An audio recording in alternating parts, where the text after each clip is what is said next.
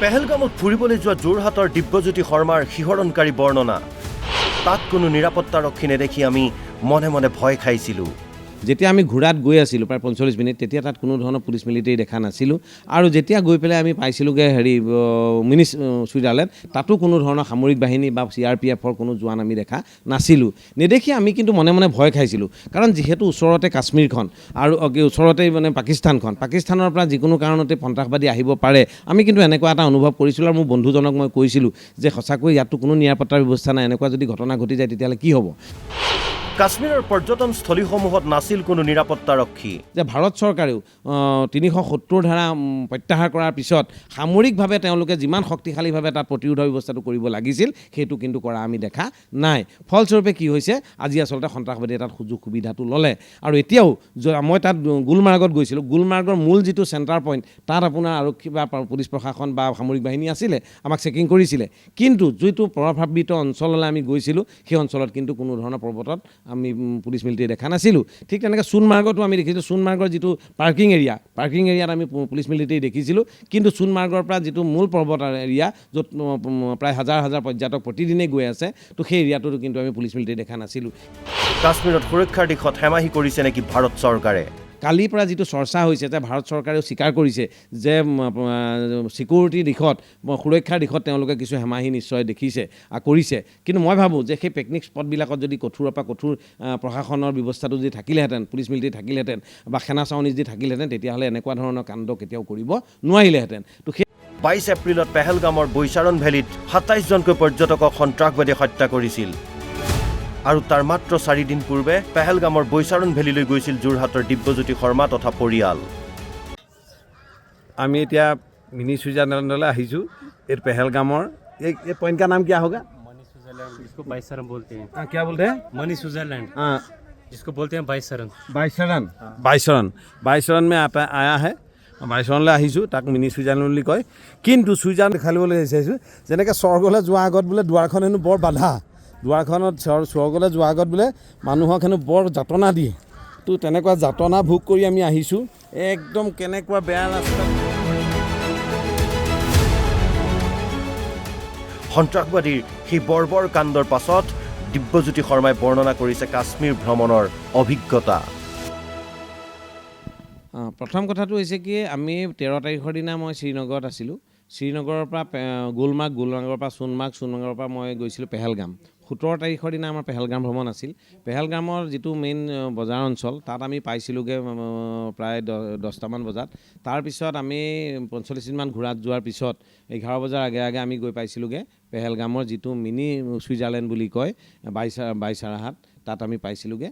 তো সেই তাত আমি প্ৰৱেশ কৰিছিলোঁ আৰু চাই পেলাই আমি দেখিছিলোঁ যে পেহেলগামৰ যিটো পথ আছিলে, পথবিলাকত আমি মিলিটাৰী দেখিছিলোঁ। আৰু পেহেলগামৰ যিটো মূল বজাৰ অঞ্চল বা য'ত গাড়ী ৰখাই ঘোঁৰা থাকে, তাতো আমি দেখিছিলোঁ মিলিটাৰী। কিন্তু যেতিয়া আমি ঘোঁৰাত গৈ আছিলোঁ প্ৰায় 45 মিনিট, তেতিয়া তাত কোনো ধৰণৰ পুলিচ মিলিটাৰী দেখা নাছিলোঁ। আৰু যেতিয়া গৈ পেলাই আমি পাইছিলোঁগৈ মিনি ছুইজাৰলেণ্ড, তাতো কোনো ধৰণৰ সামৰিক বাহিনী বা CRPFৰ কোনো জোৱান আমি দেখা নাছিলোঁ। নেদেখি আমি কিন্তু মনে মনে ভয় খাইছিলোঁ, কাৰণ যিহেতু ওচৰতে কাশ্মীৰখন আৰু ওচৰতে পাকিস্তানৰ পৰা যিকোনো কাৰণতে সন্ত্ৰাসবাদী আহিব পাৰে, আমি কিন্তু এনেকুৱা এটা অনুভৱ কৰিছিলোঁ। আৰু মোৰ বন্ধুজনক মই কৈছিলোঁ যে সঁচাকৈ ইয়াততো কোনো নিৰাপত্তাৰ ব্যৱস্থা নাই, এনেকুৱা যদি ঘটনা ঘটি যায় তেতিয়াহ'লে কি হ'ব। কিন্তু হঠাতেই বৰ অভাৱনীয়ভাৱে 22 তাৰিখৰ দিনা ঘটনাটো ঘটি গ'ল। যিটো ঘটনা কাশ্মীৰত আজিলৈকে ঘটা নাছিল, যিটো ঘটনা কাশ্মীৰত কোনো ধৰণৰ পৰ্যটকক আজিলৈকে আক্ৰমণ কৰা হোৱা নাছিল। 28জনকৈ পৰ্যটকক তেওঁলোকে দেখি পৰ্যটকক হত্যা কৰিলে। এইটো এটা বৰ্বৰোচিত ঘটনা। পাকিস্তানৰ এই মদতপুষ্ট সন্ত্ৰাসবাদীসকলে পাকিস্তানৰ যিটো অৰ্থনৈতিক ভেটি, সেই ভেটিটোকে আচলতে থৰক বৰক কৰি দিব বিচাৰিছে। আৰু আমি দেখিবলৈ পাইছোঁ যে ভাৰত চৰকাৰেও ৩৭০ ধাৰা প্ৰত্যাহাৰ কৰাৰ পিছত সামৰিকভাৱে তেওঁলোকে যিমান শক্তিশালীভাৱে তাত প্ৰতিৰোধৰ ব্যৱস্থাটো কৰিব লাগিছিল, সেইটো কিন্তু কৰা আমি দেখা নাই। ফলস্বৰূপে কি হৈছে, আজি আচলতে সন্ত্ৰাসবাদীয়ে তাত সুযোগ সুবিধাটো ল'লে। আৰু এতিয়াও মই তাত গুলমাৰ্গত গৈছিলোঁ, গুলমাৰ্গৰ মূল যিটো চেণ্টাৰ পইণ্ট, তাত আপোনাৰ আৰক্ষী বা পুলিচ প্ৰশাসন বা সামৰিক বাহিনী আছিলে, আমাক চেকিং কৰিছিলে। কিন্তু যিটো প্ৰভাৱিত অঞ্চললৈ আমি গৈছিলোঁ, গৈছিলোঁ সেই অঞ্চলত কিন্তু কোনো ধৰণৰ পৰ্বতত আমি পুলিচ মিলিটাৰী দেখা নাছিলোঁ। ঠিক তেনেকৈ সোণমাৰ্গতো আমি দেখিছোঁ, সোণমাৰ্গৰ যিটো পাৰ্কিং এৰিয়াত আমি পুলিচ মিলিটাৰী দেখিছিলোঁ, কিন্তু সোণমাৰ্গৰ পৰা যিটো মূল পৰ্বত এৰিয়া য'ত প্ৰায় হাজাৰ হাজাৰ পৰ্যটক প্ৰতিদিনেই গৈ আছে, তো সেই এৰিয়াটোতো কিন্তু আমি পুলিচ মিলিটাৰী দেখা নাছিলোঁ। সেইকাৰণে কালিৰ পৰা যিটো চৰ্চা হৈছে যে ভাৰত চৰকাৰেও স্বীকাৰ কৰিছে যে ছিকিউৰিটিৰ দিশত, সুৰক্ষাৰ দিশত তেওঁলোকে কিছু হেমাহি নিশ্চয় দেখিছে কৰিছে, কিন্তু মই ভাবোঁ যে সেই পিকনিক স্পটবিলাকত যদি কঠোৰৰ পৰা কঠোৰ প্ৰশাসনৰ ব্যৱস্থাটো যদি থাকিলেহেঁতেন, পুলিচ মিলিটাৰী থাকিলেহেঁতেন বা সেনা চাউনি যদি থাকিলেহেঁতেন, তেতিয়াহ'লে এনেকুৱা ধৰণৰ কাণ্ড কেতিয়াও কৰিব নোৱাৰিলেহেঁতেন। তো সেইকাৰণে আৰু ইয়াত কিন্তু গোটেই ঘটনাটোত কাশ্মীৰৰ মূল জনসাধাৰণৰ কোনো ধৰণৰ কিন্তু সমৰ্থন নাই, আৰু কাশ্মীৰী সন্ত্ৰাসবাদীসকলক কিন্তু কোনো কাৰণতেই সাধাৰণ জনতাই সমৰ্থন নকৰে, কাৰণ সাধাৰণ জনতাই জানে যদি কাশ্মীৰৰ পৰা সন্ত্ৰাসবাদ ব্যৱস্থাটো আঁতৰি যায় তেতিয়াহ'লেহে কিন্তু কাশ্মীৰৰ জনসাধাৰণৰ ৰুজি ৰুটি মুকলি হ'ব বা জীৱিকা মুকলি হ'ব। সেইকাৰণে তেওঁলোকে 370 দ্বাৰা আঁতৰাই দিয়াৰ কথাটোত যথেষ্ট আনন্দিত। কিন্তু এটা কথা তেওঁলোকে দুখ প্ৰকাশ কৰিছিলে, মই বহুতৰ লগত কথা পাতিছিলোঁ, মই ঘোঁৰা চালকৰ লগত কথা পাতিছিলোঁ, মই ক্ষুদ্ৰ ব্যৱসায়ীৰ লগত কথা পাতিছিলোঁ, মই ঘুগনি বিকা মানুহৰ লগত কথা পাতিছিলোঁ, মই যিসকলে স্লেছ গাড়ী টানি দিয়ে তেওঁলোকৰ লগত কথা পাতিছিলোঁ, যিসকলে কেশৰ বিক্ৰী কৰে বা যিসকলে শিলাজিত বিক্ৰী কৰে তেওঁলোকৰ লগত মই কথা পাতিছিলোঁ। তেওঁলোকে কৈছিলে যে মাত্ৰ তেওঁলোকে 370 ধাৰা প্ৰত্যাহাৰ কৰাৰ পিছত চৰকাৰে যিটো চৰকাৰী ভূমিবিলাক যিবিলাক বাজেয়াপ্ত কৰি লৈ ল'লে সেইটোতহে তেওঁলোকে বেয়া পাইছে, বাকী 370 ধাৰা হটাই দিয়াৰ ক্ষেত্ৰত কিন্তু কাশ্মীৰী জনসাধাৰণে কিন্তু ভাল পাইছে।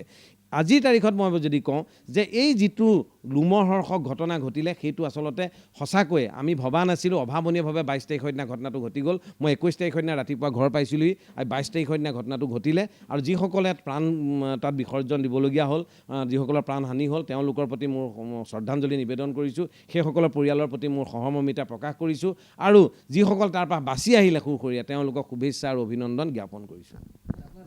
যি স্থানলৈ আপুনি গৈছিলে, ধৰক এইটো যিটো আপোনাৰ মিনি ছুইজাৰলেণ্ড বুলি কয়, তাৰ পৰা পাকিস্তানলৈ দূৰত্ব কিমান মান হ'ব? প্ৰথম কথাটো হৈছে কি তাৰ আৰু এটা তাত গুৰুত্ব আছে যে পেহেলগামৰ সেই এৰিয়াৰ পৰাই কিন্তু আৰু এটা মাহৰ পিছত তাত অমৰনাথৰ যাত্ৰা আৰম্ভ হ'ব, আৰু প্ৰত্যেকবাৰে অমৰনাথ যাত্ৰা আৰম্ভ হোৱাৰ সময়তে কিন্তু পাকিস্তানে আক্ৰমণটো কৰি দিয়ে যাতে অমৰনাথলৈ মানুহ যাব নোৱাৰে, কাৰণ অমৰনাথলৈ যাওঁতে সেইফালে পাকিস্তানৰ বৰ্ডাৰ হৈ যাব লাগে।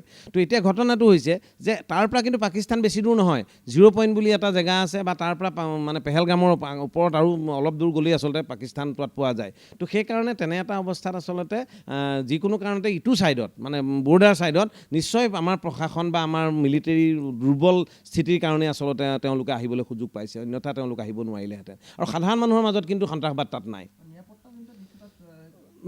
ঢিলা হৈছে বুলি গুৰুত্ব দিয়া দৰকাৰ, ঢিলা হৈছে বুলি চৰকাৰে স্বীকাৰ কৰিছে।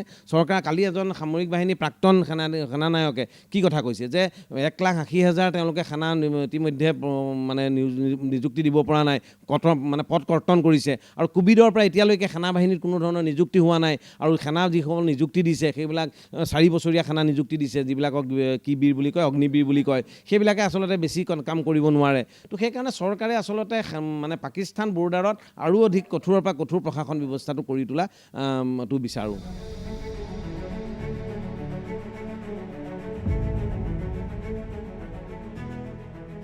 ভিডিঅ' জাৰ্নেলিষ্ট মেঘৰ সৈতে যোৰহাটৰ পৰা পিংকু বৰাৰ ৰিপৰ্ট, অসম লাইভ 24